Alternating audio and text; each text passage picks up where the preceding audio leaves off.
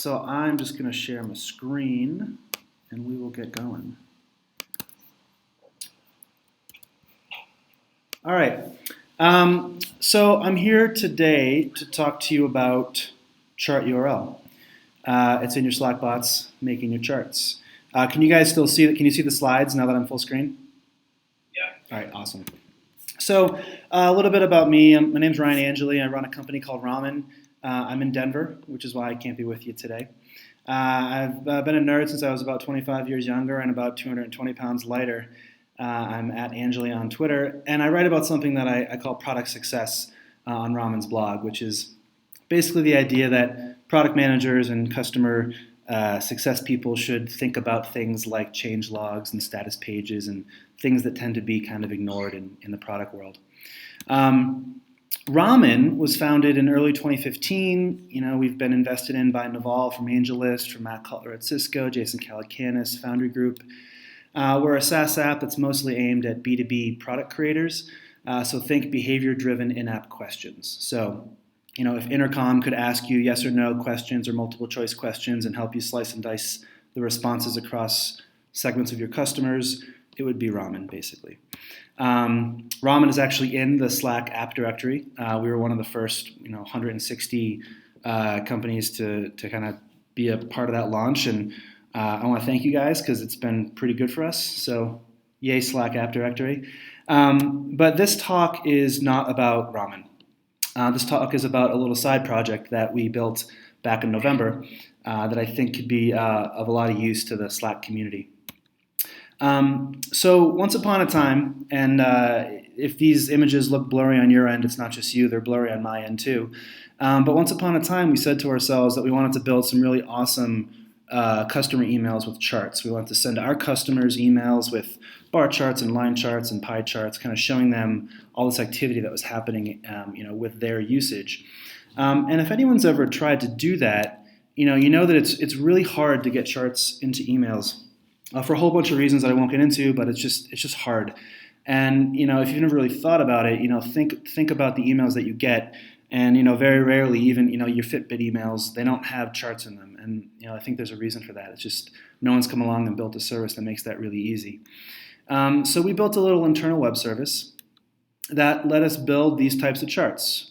Bar charts, line charts, pie charts, and it let us do it in a very customized, very personalized way, very easily. And it didn't take very long before we started getting people responding to these emails. Our customers asking us, hey, how did you create those charts? And it was at that point where I kind of rolled my eyes and sighed and chuckled all at once because I kind of knew where this was going to go. But about 6 weeks later, we launched ChartURL.com. And so ChartURL.com is just a really easy way to generate image-based charts. Now, when I go full screen, I can't see you guys, so I'm going to pop out of this real quick. That all clear? Am I talking too fast? Can you guys hear me? Am I good to go on, or are there any questions right now I should grab?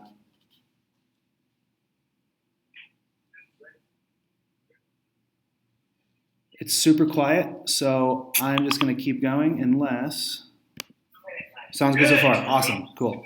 Okay, so ChartURL started, and it's a really easy way to get an image, right? You take your JSON data, you encode it, and you assign it, and you put it onto a URL. You put that as the source attribute of an image tag, and whammo, you get an image.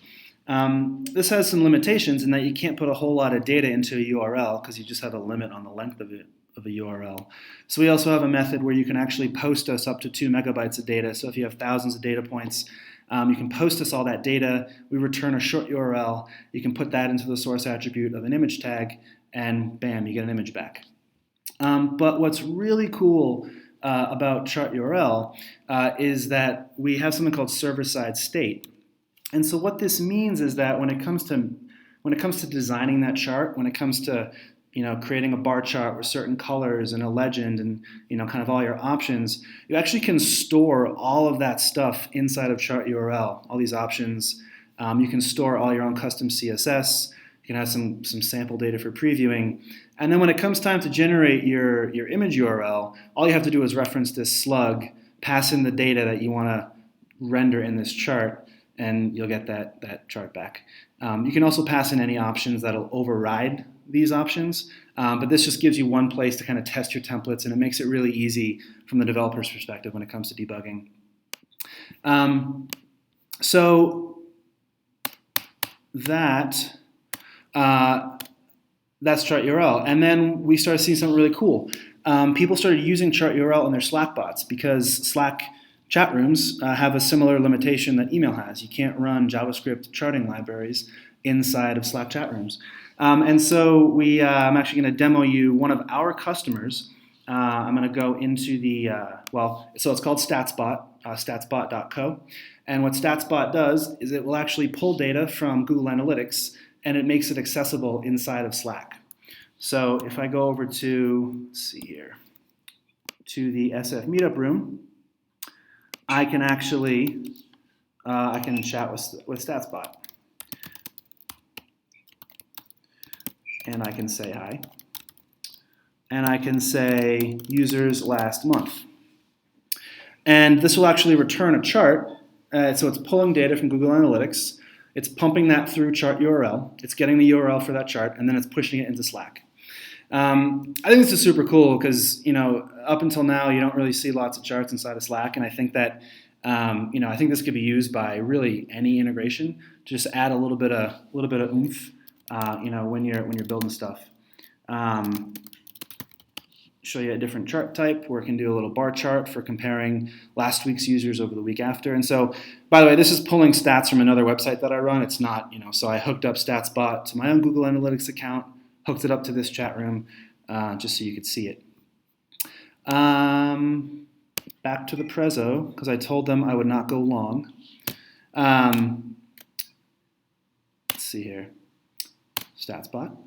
And then so the one final parting note, because I think this is a pretty simple idea, is that we're actually going to also be moving into products for non-developers. So we got lots of feedback from people saying, hey, I don't want to deal with my developers as lovely as they are. Can I just send you a CSV and get back like an augmented CSV that I can upload into Marketo or MailChimp and whatnot?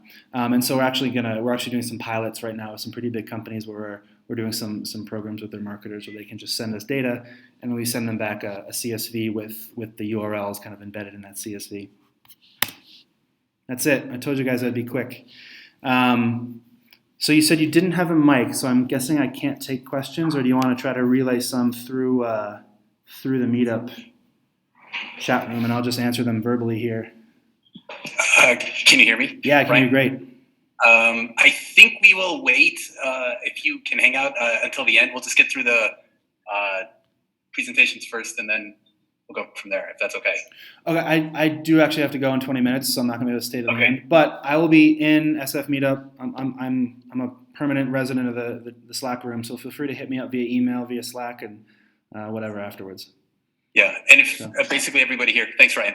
Yeah. Everybody here, if you want to join that Meetup group, it's quite good. He's got the bot in there, so you can go and test it out and get the charts. I realize that we don't have the Wi-Fi up, but it's welcome to Slack with a capital W and a capital S with an exclamation point at the end.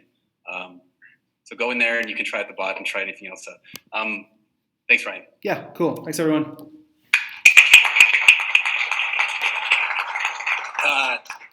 Next up.